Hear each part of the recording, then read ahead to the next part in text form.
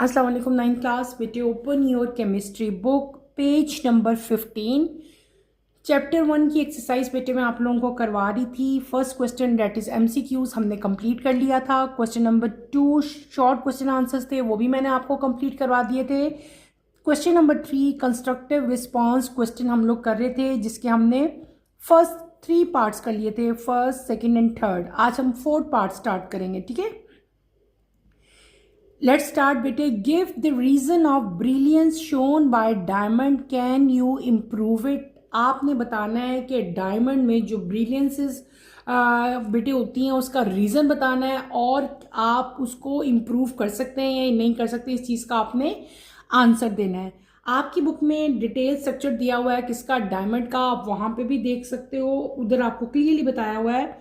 यहाँ पे इस क्वेश्चन के आंसर में आप सिंपली क्या मेंशन करेंगे बेटे, आप मेंशन करेंगे कि डायमंड की जो ब्रिलियंस है उसका रीज़न क्या है, आपने रीज़न देना है। तो बेटे इसका रीज़न है कि diamond has high refractive index. ये क्यों है, इसका क्या रीज़न है, इसका सबसे मेजर रीज़न क्या है, आप क्या मेंशन करोगे अपने आंसर में कि diamond has high refractive index. और जब इसका रिफ्रैक्टिव इंडेक्स ज़्यादा होगा, इसका मतलब है कि यहाँ पे लाइट जो है वो क्या हो जाएगी, बेंडिंग होगी लाइट की, ठीक है। और जब लाइट की बेंडिंग होती है तो क्या होता है कि बेटे स्पार्क यानी कि चमक पैदा होती है और लाइट जो है वो मल्टीपल टाइम जो है वो रिफ्लेक्ट करती है। इसी वजह से डायमंड जो है वो इतना ज़्यादा उसकी शाइनिंग होती है कि छोटा सा, बहुत छोटा माइक्रो भी अगर डायमंड का पार्ट हो ना तो वो आपको उसकी जो है ना बहुत ज़्यादा दूर से एक शाइन अपीयरेंस होती है।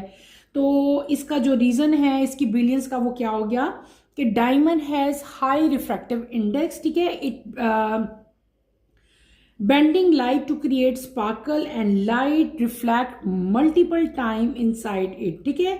increasing its shine, वो मैंने आपको पहले बता दिया कि जब multiple time वहाँ पे जो है लाइट की रिफ्लेक्शन होती है तो उसकी शाइनिंग जो है, उसकी जो चमक है डायमंड की, वो क्या हो जाती है, इंक्रीज हो जाती है। क्लियर है, आपने ये इसको करना है। और आगे आप बताओगे कि डायमंड की जो कटिंग है अगर प्रिसाइज कटिंग होगी तो वो लाइट की रिफ्लेक्शन को मज़ीद इन्हांस कर देगी और ज़्यादा उसकी वजह से एक स्पार्किंग जो है यानी कि डायमंड जो है वो ज़्यादा चमकेगा। अक्सर वैसे तो डायमंड शायद आम रूटीन में थी तो इतना कॉस्टली होता है बेटे, अक्सर हमने ऑर्नामेंट्स वगैरह में देखा है, जो ज्वेलरी स्पेशली होती है, रिंग्स होती हैं, उनके अंदर भी डायमंड स्टोन यूज़ किया होता है। आपने कभी नोट किया हो तो उसकी जो शाइन है वो बहुत ज़्यादा होती है, दूर से पता चल जाता है बेटे कि ये डायमंड है क्योंकि वो इतना शाइन कर रहा होता है, ठीक है। और इट डिस्पर्स इनटू कलर्स, ठीक है। और उसमें जो है आपको एक रेनबो इफेक्ट भी देखने को मिलता है। क्लियर हो गया। और फिर इसी क्वेश्चन का जो दूसरा पार्ट है वो क्या है, कैन यू इम्प्रूव इट। क्या आप जो ब्रिलियंस इफेक्ट था जो हमने डिटेल से भी पढ़ा कि वो रिफ्रैक्टिव इंडेक्स की वजह से होता है, क्या हम इस ब्रिलियंस को इम्प्रूव कर सकते हैं, ये बात आपसे पूछी है तो आप क्या बताओगे, yes the brilliance of diamond can be improved. किस तरीके से इम्प्रूव्ड होगी, कौन कौन से वो तरीके हैं। पहला तरीका क्या है, बाय प्रॉपर कटिंग, और दूसरा तरीका क्या है, बाय पॉलिशिंग। यानी कि 3-4 इसके हैं तो आप पॉइंट्स में लिख सकते हैं। आप लिखोगे we can improve it by different ways. Number 1 पे आप लोग क्या लिख लेना, आप लोग लिख देना बाय प्रॉपर कटिंग। नंबर 2 पे बेटे आप क्या लिखोगे, पॉलिशिंग इनहांस्ड लाइट रिफ्लेक्शन।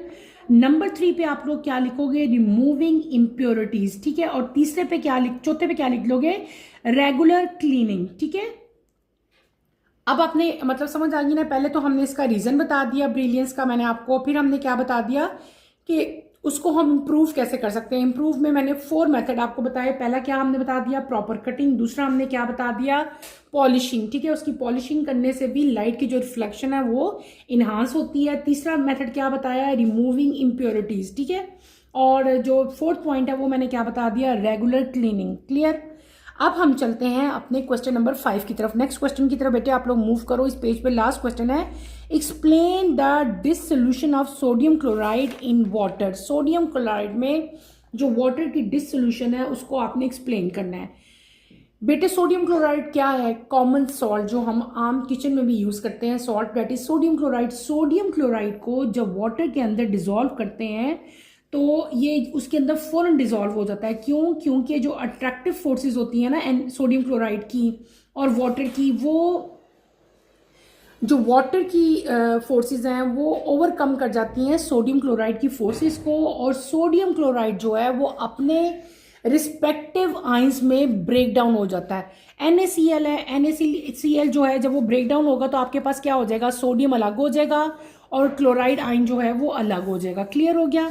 आपने इसके आंसर में सिर्फ और सिर्फ इसी को मेंशन करना है। आप क्या मेंशन करोगे कि जब हम सोडियम क्लोराइड को वाटर के अंदर डिजोल्व करते हैं तो वो फौरन डिजोल्व हो जाता है। क्यों? क्योंकि इसकी अट्रैक्टिव फोर्सेज जो हैं आइंस की और जो वाटर के पोलर मॉलिक्यूल्स हैं वो स्ट्रॉन्ग एनफ होते हैं इस अट्रैक्टिव फोर्स को ब्रेक करने के लिए। सोडियम क्लोराइड अपने रिस्पेक्टिव आइंस में ब्रेक हो जाता है। सोडियम क्या है, पॉजिटिव आइन है, क्लोराइड क्या है, नेगेटिव आइन है।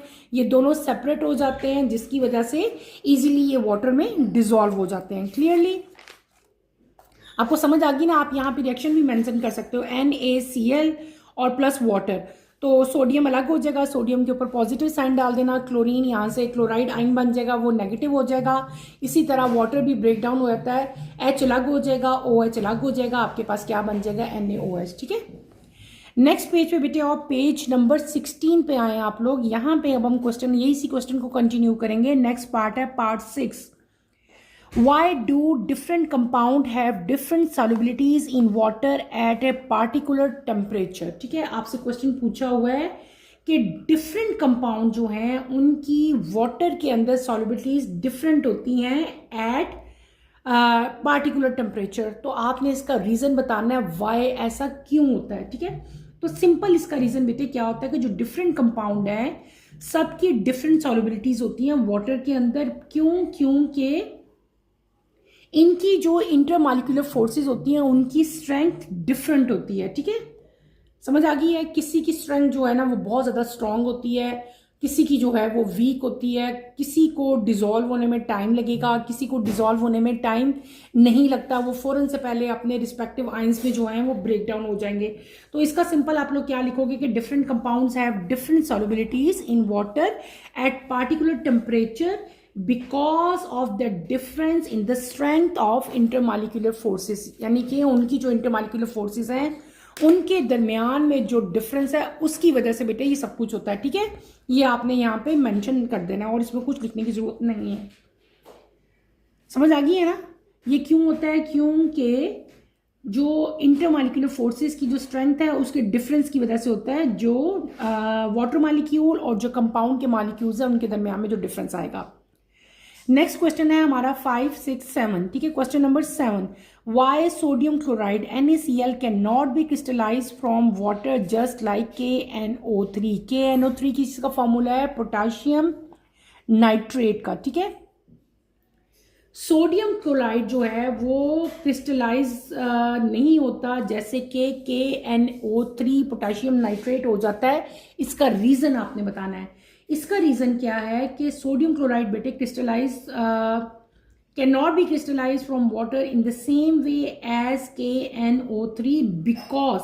इसका रीजन क्या है? आपने ऐसे ही लिख देना है, sodium chloride can not be crystallise from water just like KNO3 because. बेटे आप यहाँ पे बिकॉज लिखोगे, because sodium chloride has higher solubility in water and does not have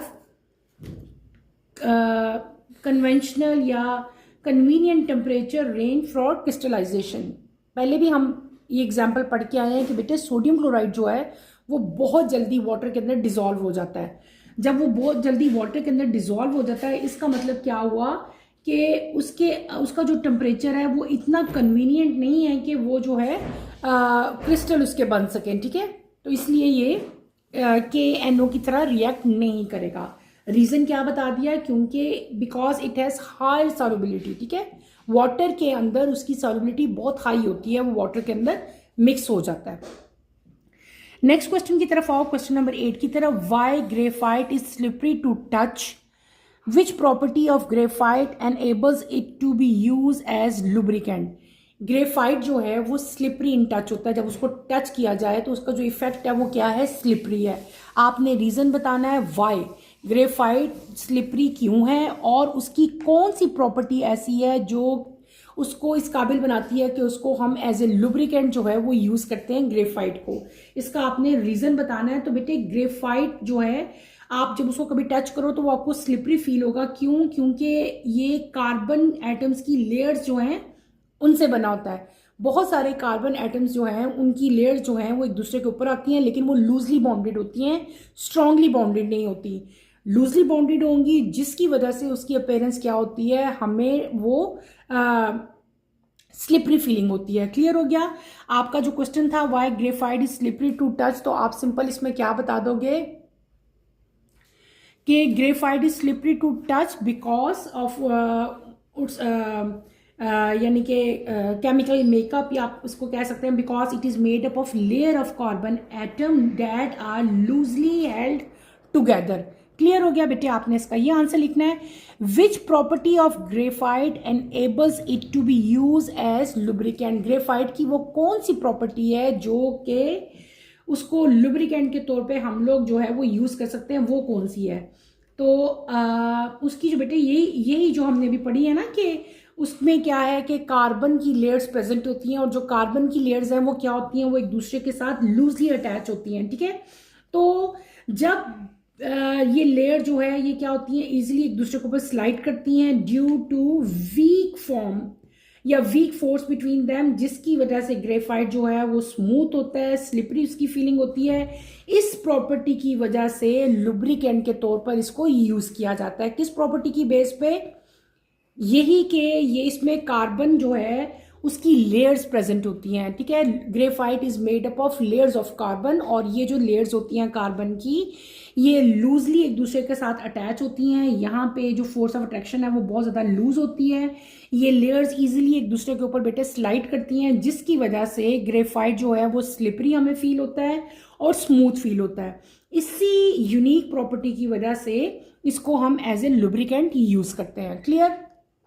समझ आ गई? हमने क्वेश्चन नंबर 3 के सारे क्वेश्चन बेटे कंप्लीट कर लिए। अब हम अपने नेक्स्ट क्वेश्चन की तरफ मूव करेंगे।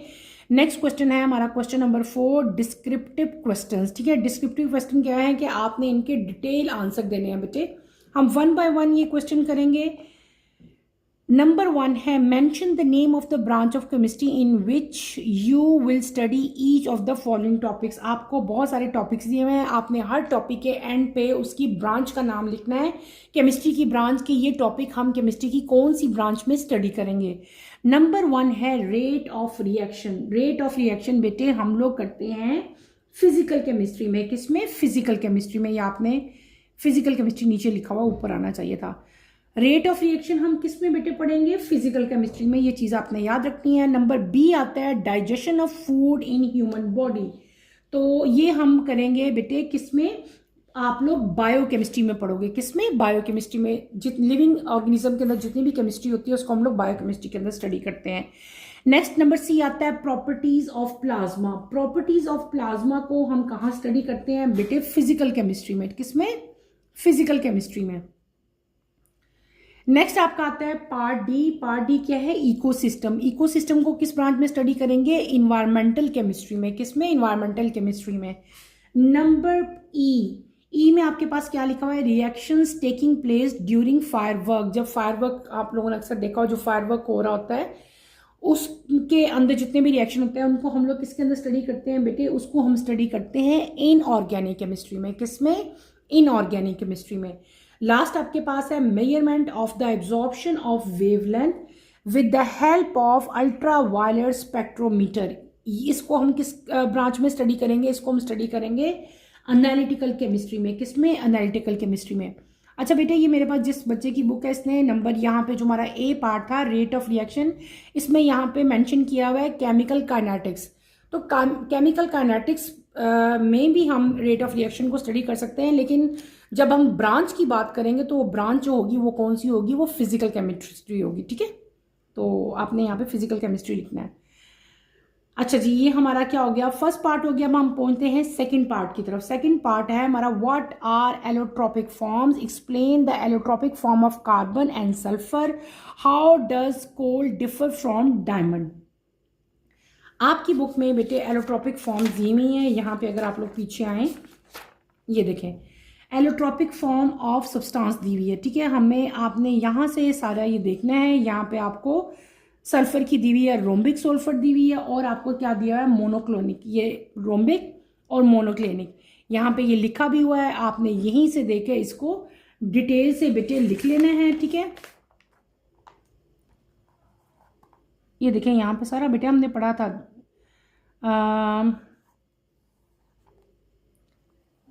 They have K-like structure. E sulfur exists in crystalline electrophic form, that is rhombic, and the former is more stable than the latter, ठीक है। मैं आपको रोम्बिक सल्फर और ये, क्योंकि आपका डिटेल क्वेश्चन है ना ये बेटे, इधर अगर आप लोग आए, हमारा क्वेश्चन है what are allotropic forms, explain the allotropic form of carbon and sulphur, how does coal differ from diamond. ये बहुत सारे वो एलोट्रोपिक फॉर्म्स। पहले आपने क्या बताना है कि एलोट्रोपिक फॉर्म्स होती क्या हैं। आपकी बुक में यहाँ पे डेफिनेशन लिखी हुई है एलोट्रॉफी की, पहले आपने वो बताना है, ठीक है। फिर आपने इसकी कोई सी भी 2 एग्जांपल्स दे देनी है। उसके बाद उन्होंने क्या पूछा हुआ है कि आप बताएं कार्बन की और सल्फर की। तो कार्बन की बेटे यहाँ पे डिटेल से लिखी है, carbon exist in 3 allotropic form. कौन कौन सी, डायमंड, ग्रेफाइट एंड बर्ग मिंस्टर, ठीक है। तो इन तीनों के बारे में यहाँ पे लिखा हुआ है। ये देखो डायमंड है, फ्लोरीन है, ठीक है, इनके बारे में बताना है। फिर आपसे पूछा है किसका, आपसे पूछा है सल्फर का। तो सल्फर में आपने सिंपल बता देना है कि sulphur exist in 2 crystalline form. कौन कौन सी दी हुई है आपको, रोम्बिक और मोनोक्लिनिक। तो रोम्बिक में सिर्फ एक ही आप चीज़ बताओगे जो आपकी बुक में मेंशन है, क्या कि रोम्बिक जो है वो मोर स्टेबल है, और जो मोनोक्लिनिक है वो क्या होगी, वो जो है लेस स्टेबल है एज कंपेयर टू रोम्बिक, ठीक है। तो यानी कि आपने यहाँ से लेकर यहाँ तक सारा का सारा इस क्वेश्चन के आंसर में राइट करना है। क्लियर हो गया। इसी क्वेश्चन का जो अगला पार्ट है वो क्या है, how does coal differ from diamond. आपने डिफरेंस लिखने हैं किसके, कोल और डायमंड के, कि कोल और जो डायमंड है वो एक दूसरे से किस तरह डिफरेंट है, ठीक है। ये आपने लिखना है एज यूजुअल। जिस तरह हमेशा मैं बताती हूँ, मैं क्या बता रही होती हूँ आपको कि आपने एक 2 कॉलम बनाने, एक साइड पे आपने क्या लिखना है, कोल, एक साइड पे आपने क्या लिखना है, डायमंड लिखना है, ठीक है। तो ये आपको डिफरेंसेस बेटे मैं सारे 1 बाय 1 राइट करवा दूंगी। आप लोग मेरे साथ साथ इसको राइट करते जाएं, ठीक है। और मैं आपको ये सारे लिखवा देती हूँ।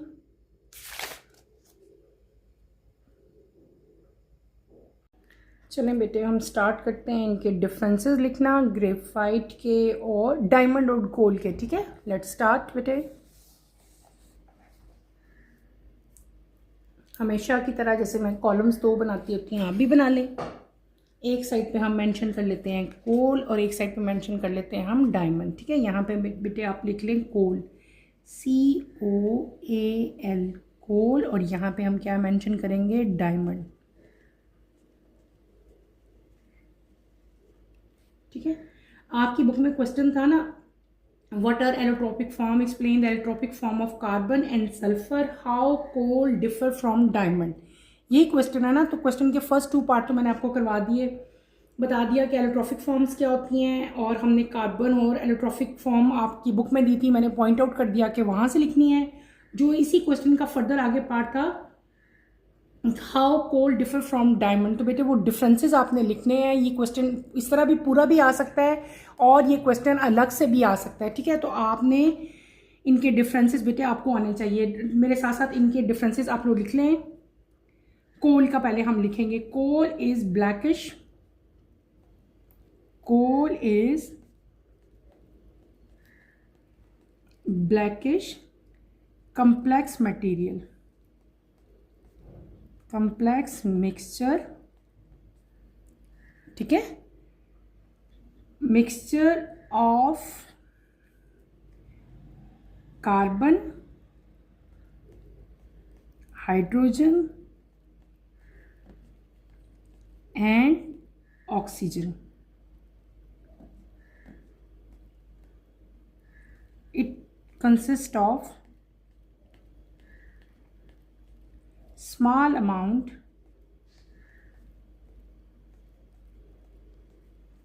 नाइट्रोजन एंड सल्फर, ठीक है। स्मॉल अमाउंट ऑफ नाइट्रोजन और सल्फर भी इसके अंदर प्रेजेंट होती हैं। डायमंड के केस में क्या होता है, इट इज एन एलोट्रोफिक, एलोट्रोफिक बेटे TRO, allotropic form, FORM, form of carbon, and has a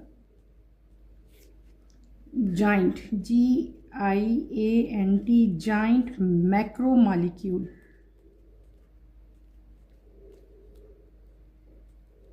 molecular structure, STRUCTURE। Clear? ये हो गया इनका पहला डिफरेंस, दोनों की आपको मैंने कंडीशंस बता दी। नेक्स्ट हम चलते हैं बेटे अपने नेक्स्ट डिफरेंस की तरफ। नेक्स्ट डिफरेंस में नंबर 2 में हम क्या राइट करेंगे? It is opaque and dull, OPAQUE, opaque and dull. जबकि डायमंड क्या होता है बेटे? आपको पता है, इट इज ट्रांसपेरेंट,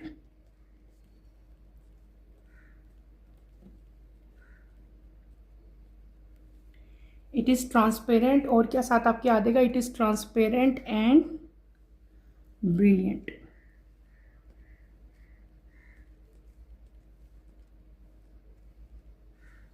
ठीक है।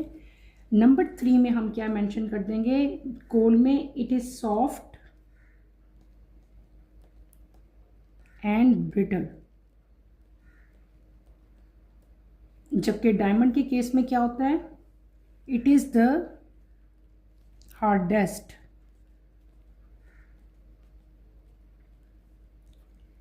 Natural substance.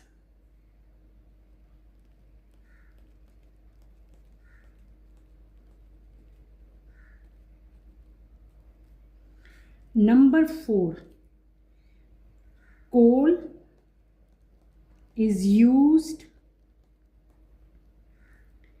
as a fuel source। ठीक है। और यहां पे आप लोग क्या मेंशन करोगे? It is used in jewellery and industrial cutting tools।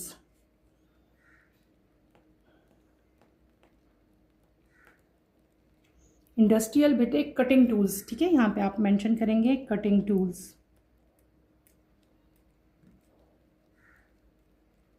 Clear? अब हम नेक्स्ट पे चलते हैं, नेक्स्ट नंबर 5 पे।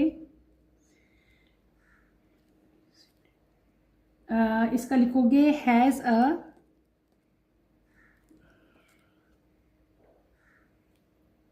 इस पे हम और क्या लिख लेते हैं बेटे? हम लिख लेते हैं, ठहरे मैं आपको कोई ईजीएस्ट लिखवाती हूँ। It was formed by, it was formed by decomposition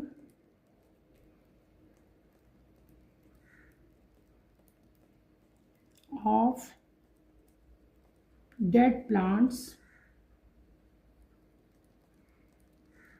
buried बेटे, buried under the earth crust, under the earth, under the earth crust आप लोग लिख लो। ठीक है, under the earth crust, CRUST, crust, millions years ago, millions years ago। जबकि जो ये है आपका डायमंड, ये कैसे बनता है बेटे? It is form under high pressure, it is form under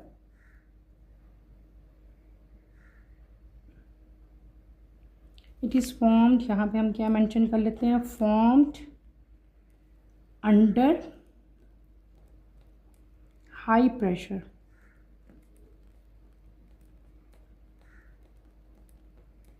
high pressure and high temperature. ठीक है,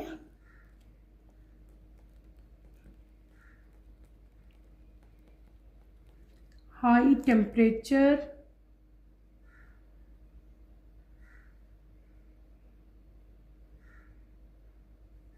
और क्या इसका, और क्या हम और क्या आप लोग लिख सकते हो, बहुत सारे और भी हैं। ये भी अर्थ पूरा लिख लेते हैं। Process deep with temperature, deep in the earth ही होता है बेटे, ये भी deep in the earth. Clear? ये हमने क्या लिख लिए, ये मैंने ज़्यादा जो मेन इंपॉर्टेंट डिफरेंसेस थे बेटे वो मैंने आपको वन बाय वन यहाँ पे राइट करवा दिए। और इसके कोई ख़ास इतने ज़्यादा डिफरेंस है नहीं बेटे। ठीक है, तो ये क्या थे, ये मेन नोटिसेबल जो डिफरेंस हैं बेटे हमने कोल में और डायमंड में, मैंने आपको सारे के सारे ये आपने राइट करने हैं। ठीक है, एज इट इज़ ही आप लोग इनको राइट कर लो, डायमंड एंड कोल। क्लियर हो गया? अब आपने ये सारे लिखने हैं और अगर इसमें कोई प्रॉब्लम होती है, आपको समझ नहीं आता, तो आपने मुझे बताना है। क्लियर? हम इसको एक दफ़ा पढ़ लेते हैं, इसको सारे रीड आउट मैं कर देती हूँ। Coal is a blackish complex mixture of carbon, hydrogen and oxygen. It consist of small amount of nitrogen and sulphur. ठीक है, सल्फर कंपाउंड्स के भी थोड़े थोड़े इसमें परसेंटेज प्रेजेंट होती है। फिर डायमंड जो है ये एलोट्रॉफिक फॉर्म है बेटे किसकी, कार्बन की, and it has giant micromolecular structure. It is opaque and dull, ये डल होता है और ओपेक होता है, जबकि डायमंड जो है बेटे वो ट्रांसपेरेंट होता है और उसकी बहुत ज़्यादा शाइनिंग होती है। ठीक है, it is soft and brittle, ये सॉफ्ट होता है। और ये अभी तक जितने वेल नॉन सब्सटेंसेस हमारे पास हैं, सबसे ज़्यादा हार्डेस्ट जो हमें मिल रहा है वो क्या है, डायमंड है। Diamond is the hardest natural substance. ठीक है, coal is use as fuel source, इसको फ्यूल के तौर पे जो है वो यूज़ किया जाता है। और डायमंड को ज्वेलरी के तौर पर या इंडस्ट्रीज में जो है हम इसको कटिंग के तौर पे जो है वो यूज़ करते हैं। ठीक है, ये आपने बात याद रखनी है। फिर आपका आता है नेक्स्ट, हमारे पास क्या आ गया, मैंने क्या बता दिया कि कोल कैसे बनता है। It is form by decomposition of dead plant buried under the earth crust millions years ago.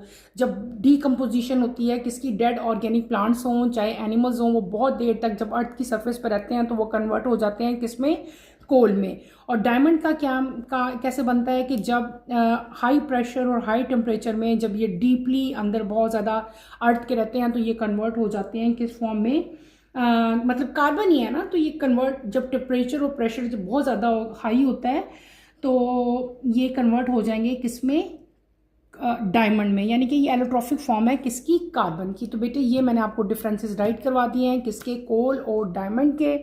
ये क्वेश्चन हमारा कंप्लीट हो गया, हमने क्वेश्चन कंप्लीट कर लिया अपना। मैंने आपको जो क्वेश्चन ये करवाया था, हम क्वेश्चन कर रहे थे, ये आपका क्वेश्चन था ना। क्वेश्चन नंबर 2 पार्ट 2 करें तो what are the allotropic form, explain the allotropic form of carbon and sulphur, how does coal differ from diamond. ये वाला क्वेश्चन मैंने आपको कंप्लीट करवा दिया। क्वेश्चन नंबर 4 के फर्स्ट 2 पार्ट्स मैंने आप लोगों को करवा दिए, फर्स्ट पार्ट भी और सेकंड पार्ट भी। ठीक है, अभी इस लेक्चर के लिए यहीं तक बेटे मैं करवाऊंगी। इंशाल्लाह कमिंग लेक्चर में पार्ट 4 का पार्ट 3 से जो है हम लोग स्टार्ट लेंगे। आज के लेक्चर के लिए इतना ही काफ़ी है। नेक्स्ट लेक्चर की नोटिफिकेशन के लिए आप चैनल को शेयर करें, लाइक करें और सब्सक्राइब करें। और यहीं पे अपना टॉपिक मैं ख़त्म करूँगी। इंशाल्लाह नेक्स्ट लेक्चर में आपसे दोबारा मुलाकात होगी। टिल देन अल्लाह हाफिज़ 9th क्लास। टेक केयर बेटे, अपना ख्याल रखिएगा।